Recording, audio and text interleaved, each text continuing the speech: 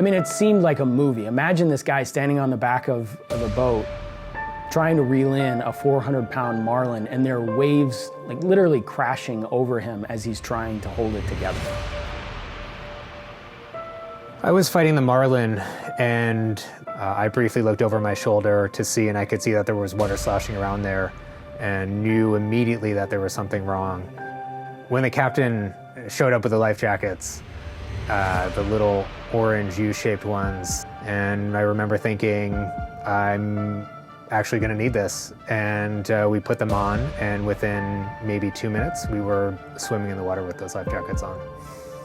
Seeing a boat just disappear into the blue is not something you want to see. And the sensation of being untethered with nothing to hold on to at the mercy of the ocean is a pretty scary feeling. The four of us were in the water, and the captain had told us that he talked to his friends and would be there in a half hour. And we agreed that that was the best course of action, was to stay put.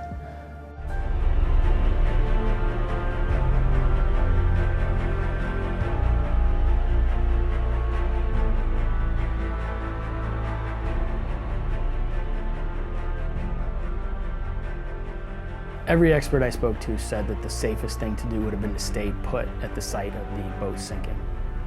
And yet after a couple of hours with no boats showing up, it started to dawn on them that they might be in the water for a while. And I think it was about that point that they realized that they were going to have to do something to survive. Some minutes later, a helicopter came and hovered between us and land. And at that point, I thought, this is somebody here to rescue us. And I started swimming as hard as I could towards that helicopter, waving my arms, but we were too far away for them to see anything. And I remember looking back, knowing that we need to stay together, and I didn't see them. And the helicopter had flown away, and at that point, thought that our best option would be to start swimming towards the island. During those moments where we couldn't see land, you know, those were the moments where I thought, this could be it. We may not make it out of this.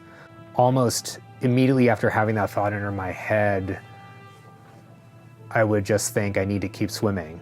The only thing we can do is keep swimming. And that's what we did. Those were tough moments, but we were always in verbal contact. We were just talking to each other, reassuring each other, and it was almost as if one of us would be questioning whether we were doing the right thing, going the right direction, and the other would be reassuring, and it would just go back and forth, and we kept doing that for hours. One interesting aspect of their relationship and their survival was the way that when one was down, the other was up, and the one that was up would find a way to kind of lie to the one who was down about how well things were going to help get them through. The other low point was when we got to land, and we were close enough to get out of the water, but we couldn't because it was basically sheer cliff. They've been in the water for 12 hours at this point. They're so close to land, and then they get there, and it's a sheer cliff wall. I can't even imagine how devastating that would be to think you were that close to being saved, and then to realize, oh no, we got to keep going until we can find some kind of a beach. It just had to push through until we could get to a place where we could get out of the water.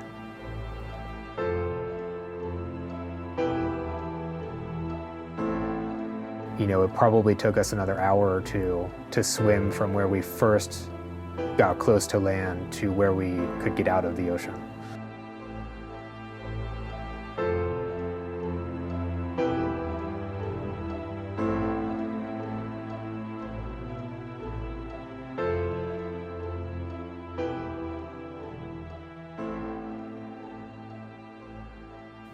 After we made contact with the police, they told us we don't know anything. We're still searching.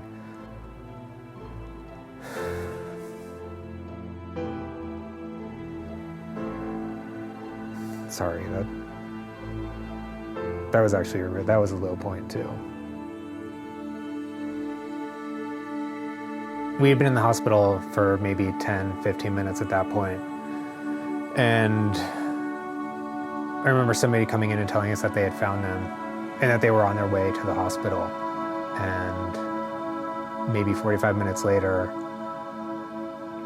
Griffith and Tim were next to us, and they were cleaning up our wounds, their wounds, and we were there together after almost 24 hours.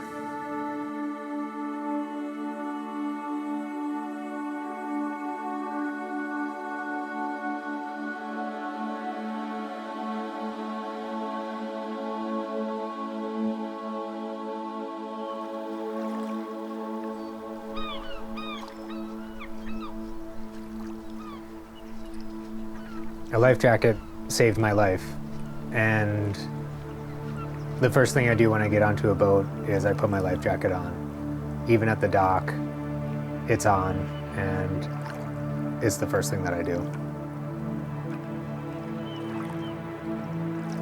Ever since I was a kid, I've been on the water, canoes, kayaks, motorboats, and it's a special place for me, a place where I can relax and unwind, and I can't imagine not being on the water.